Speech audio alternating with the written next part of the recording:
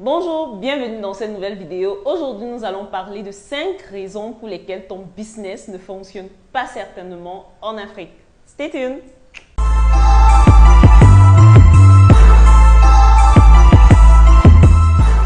Alors, la première chose lorsque ton entreprise ne fonctionne pas certainement, c'est le fait que tu ne saches pas te vendre. Quand tu ne sais pas te vendre, ton entreprise ne va pas fonctionner parce que j'ai envie de dire, le premier vendeur dans une entreprise, dans un business, c'est la personne qui a le business. Je vais prendre l'exemple de nos mamans, nos parents. Généralement, quand tu accompagnes ta maman au marché, tu te poses la question de savoir pourquoi est-ce qu'elle peut faire un fond du marché, pourquoi est-ce qu'elle te fait marcher autant pour acheter la même chose qu'on aurait pu acheter en route. Mais j'ai juste envie de dire que la vendeuse s'est très bien vendue et du coup, ta mère, ce qu'elle retient, c'est que je dois toujours aller là-bas parce que c'est ma personne. Est-ce que dans ton entreprise, est-ce que dans ton business, les gens ressentent cette connexion-là? Est-ce que les gens vont faire des kilomètres pour venir vers toi? Est-ce que les gens vont abandonner certaines personnes qui ont plus d'aura pour venir à toi? Est-ce que dans ton business, c'est possible de le faire? Moi, dernièrement, j'ai eu une dame qui est venue dans mon inbox qui est en Italie. Et pendant notre échange, elle me fait savoir qu'elle devait venir au pays en mars 2023, pour une formation avec Marthe Karine, mais elle est tombée sur l'une de mes vidéos et elle s'est dit, je vais travailler avec cette jeune fille. Je me suis dit, bah waouh, comment est-ce que tu laisses Marthe Karine pour travailler avec moi? Pas que je me sous-estime, mais c'est aussi l'un de mes modèles, quoi. Donc, elle est en train de laisser mon modèle pour travailler avec moi. Peut-être que j'ai une énergie qui l'a forcément touchée. Est-ce que toi, à ton niveau, tu as cette énergie-là ou cette aura-là qui va toucher tes clients, tes potentiels clients, tes partenaires, etc. Ça, c'est une question à se poser. Et si c'est que tu ne peux pas répondre à cette question, commence à travailler sur ta personne parce que c'est elle que tu vas vendre avant quoi que ce soit dans ton entreprise. D'accord? Alors, le deuxième point, c'est que tu n'as pas de présence en ligne. Oui, je sais que beaucoup de personnes vont venir me dire toutes les entreprises n'ont pas besoin d'être en ligne, nanani, nanana. Ça, c'est vrai. Mais aujourd'hui, on a des outils qui nous permettent d'être facilement contactés et le digital, ça ne ment pas, ça ne trompe pas. Si c'est que tu as la possibilité de te créer un mini compte sur Google pour mettre tes informations, la localisation de ton entreprise, le numéro de téléphone, fais-le. Si c'est que tu as la possibilité de te créer une page Facebook juste pour mettre les informations de ton entreprise, autant pour moi, fais-le. C'est très important. Et pour matérialiser cela, je vais prendre un exemple. Je suis partie dernièrement à Douala, l'année passée du coup. Et là, j'étais sur le point de rentrer. J'étais dans le quartier qu'on appelle Makepe. Pour ceux qui connaissent, c'est quand même l'un des quartiers les plus... où il y a quand même une certaine catégorie de personnes à Douala, à côté de Bouna Moussadi. Et vu que je ne connaissais pas vraiment les agences de voyage, j'avais mon agence figée qui était basée à quoi. Sauf que là, il pleuvait. Et à un moment, il fallait que je me bouge pour aller vers l'agence. J'arrive au carrefour, il y a tellement de gens. Je propose à la moto, parce que là-bas c'est plus les motos, je propose à la moto que j'ai 1000 francs pour l'agence. Pourtant, d'habitude, le tarif c'est 500. On me dit ça ne passe pas. Moi, comme je ne connais pas la ville, je ne comprends pas pourquoi on me dit ça ne passe pas. Pourtant, je suis à monter jusqu'à 1000 francs la moto et j'accepte même qu'on me bâche si possible. Il me dit ça ne passe pas, même si je te laisse ici au carrefour, ça ne va pas passer. C'est là que je comprends en fait que la route est barrée parce que l'eau a coupé la route. Ok, qu'est-ce que je dois faire? Je me suis rappelé qu'à la veille, j'étais à un restaurant juste au quartier d'à côté, Bonamou Sadi, avec un ami et j'ai vu une agence qui partait du côté de Yaoundé. Et c'est comme ça que, comme j'ai retenu, en fait, j'ai une mémoire, je ne sais pas, graphique. Quand moi, pour retenir quelque chose, il faut que je vois absolument la chose, peut-être entre guillemets et Thomas. Mais c'est comme ça que je suis. Donc, du coup, j'ai tapé l'agence sur Facebook et j'ai retrouvé leur numéro de téléphone. Séance tenante, j'étais en route. Et là, j'ai appelé, la dame m'a dit oui, il y a un bus qui part dans 1 heure de temps. Il faut que je sois à l'agence 45 minutes avant le départ.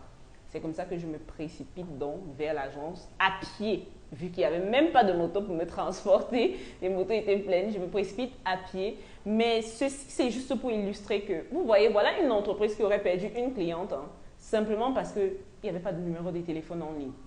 Maintenant, la troisième chose dont j'ai envie de parler, c'est que vous n'avez pas de business model, ce n'est pas structuré. Il y a les gens qui vont s'attarder sur le business plan. Pendant des années et des années, ils vont concevoir le business plan. Quand ils vont venir implémenter, le marché sera déjà obsolète. Donc, moi, j'ai envie de dire, le business model, l'essence même de ton entreprise, c'est quoi? C'est pourquoi parfois, quand j'entends que je vois des vidéos sur la toile comme quoi on va comprendre l'algorithme de Facebook, etc., moi, ça me fait rire. C'est le business model de Facebook. Vous allez comprendre leur algorithme comment. Donc, eux, ils prennent leur business model qui génère des milliards.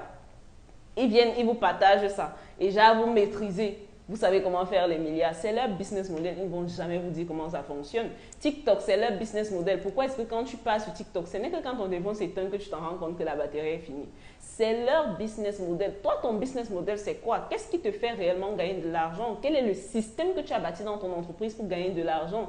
C'est très important. Mais les gens, ils se lancent juste en business comme ça. Il n'y a pas de structuration, il n'y a pas de cours, il n'y a rien du tout. C'est même ce qui m'a poussé à créer le programme Monétiser sa page Facebook. En fait, c'est un programme où j'apprends aux gens comment structurer leur business, comment est-ce qu'ils doivent se mettre sur le marché, regarder même déjà ce qui ne fonctionne pas, faire de l'audit, faire du marketing, ressortir la stratégie marketing de ces différentes personnes. Parce que oui, il y a des gens, ils ont de belles idées, ils ont des tunnels, ils ont des moyens de distribution, mais ils ne savent pas comment implémenter ça. Et ils ont juste besoin de quelqu'un qui va tenir la main. Parce qu'aujourd'hui, nous sommes déjà 6 dans le programme qui ont payé 250 000. C'est très important lorsque tu ne sais pas t'y prendre. Rapproche-toi de certaines personnes qui ont des résultats. Maintenant, la quatrième chose aussi, et qui est d'ailleurs très importante, c'est la ressource humaine. Tu imagines ton entreprise sans des petites mains qui vont travailler au quotidien pour produire des résultats que tes clients vont acheter. Imagine un peu Facebook sans toutes ces personnes-là qui travaillent d'arrache-pied pour le service client, parce que moi j'échange avec certaines personnes, ils ont des bases en Angleterre. Et quand tu causes avec quelqu'un, un être humain, c'est chaleureux. Quoi qu'on dise, le robot ne va pas remplacer ces êtres humains complètement. Donc du coup, ta ressource humaine, comment est-ce que tu gères? Est-ce que tu as le type de personne qui, aujourd'hui tu travailles avec X, demain tu travailles avec Y, après-demain tu travailles avec A? Est-ce que c'est ton cas? Si c'est ton cas, c'est que vraiment il faut revoir ta personne. C'est ta personne que tu dois travailler. Parce qu'en fait, on attire vers soi nos semblables. Donc, si c'est que tu dois travailler avec des personnes qui doivent durer, il faut revoir ta personne parce que ce n'est que toi qui vas faire en sorte que ces personnes-là puissent rester. D'accord? Donc, si tu as ce problème-là de toujours recruter des personnes, revois-toi. Revois-toi. Travaille sur toi. Et ce n'est que quand tu vas travailler sur toi et comprendre que chacun est dans ton entreprise pour ses intérêts, quoi qu'on dise, chacun est dans ton entreprise, autant pour moi, pour ses intérêts. Moi, je suis avec Vanina chaque jour, mon assistante, et chaque jour, je lui fais comprendre que voilà, il faut trouver le moyen pour toi de te démarquer, trouver le moyen pour toi d'épargner, trouver le moyen pour toi d'investir. Et avec elle, je suis partie sur des cotisations qu'elle devrait faire parce que je veux qu'elle évolue. Vous pensez que quand on fait ça, c'est pour que la personne à côté de nous progresse aussi et la personne se sent valorisée. Maintenant, je ne demande pas de faire du babysitting, mais je demande de travailler sur votre type de personne. C'est ça qui va faire en sorte que les gens viennent vers vous. Moi, pour la petite histoire, je n'ai pas recruté Vanina, elle est venue à moi. Donc, ce n'est pas pour dire que je suis une très bonne personne, mais je sais quand même qu'au fond de moi, j'ai ce petit truc qui attire les gens. Maintenant, la deuxième chose, la dernière chose, autant pour moi, qui est très, très important, c'est votre management. Il y a plusieurs types de management. Il y a ceux qui seront très doux, ceux qui vont accompagner les gens, ceux qui vont permettre aux autres personnes de progresser, etc. Et il y a le côté plus dur, c'est-à-dire je suis raide, je ne cause pas avec vous, je veux des résultats, etc. Les deux fonctionnent. Les deux fonctionnent. Mais comme je dis toujours, l'entreprise, avant d'être l'entreprise, ce sont des êtres humains qui travaillent là-bas. Donc, les deux méthodes peuvent partir à deux groupes de personnes, mais il y a des personnes qui doivent avoir un meilleur traitement. Ça veut dire quoi? Toi, l'entrepreneur, toi, le manager, tu dois être un peu un médecin, un peu un psychologue, mais pas trop. Tu dois essayer de comprendre ce qui fonctionne avec tes employés, ce qui ne fonctionne pas, quels sont les problèmes qu'ils rencontrent, etc. Si tu veux avoir des résultats, c'est très important. Je te prends un simple cas. Récemment, les performances de Vanina ont baissé. Sur la page, elle ne communiquait pas vraiment. Je ne voyais pas de résultats. Les ventes, ce n'était pas ça, etc. On a perdu du chiffre.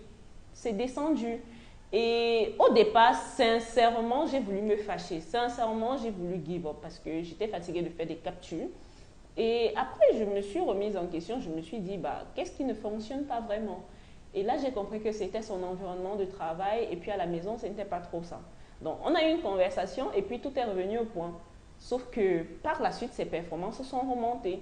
Donc, toi, en tant qu'entrepreneur, toi, en tant que chef d'entreprise, qu'est-ce que tu fais concrètement pour des personnes qui sont dans ton entreprise? C'est très important. Chacun a besoin de se retrouver où il est. Maintenant, j'espère que cette vidéo, forcément, va t'aider dans ton business ou dans ton entreprise. Et moi, je vais juste te souhaiter de passer une agréable journée et surtout prends soin de toi. Stay tuned. C'était Soraya Nyuma pour te documenter. Bisous.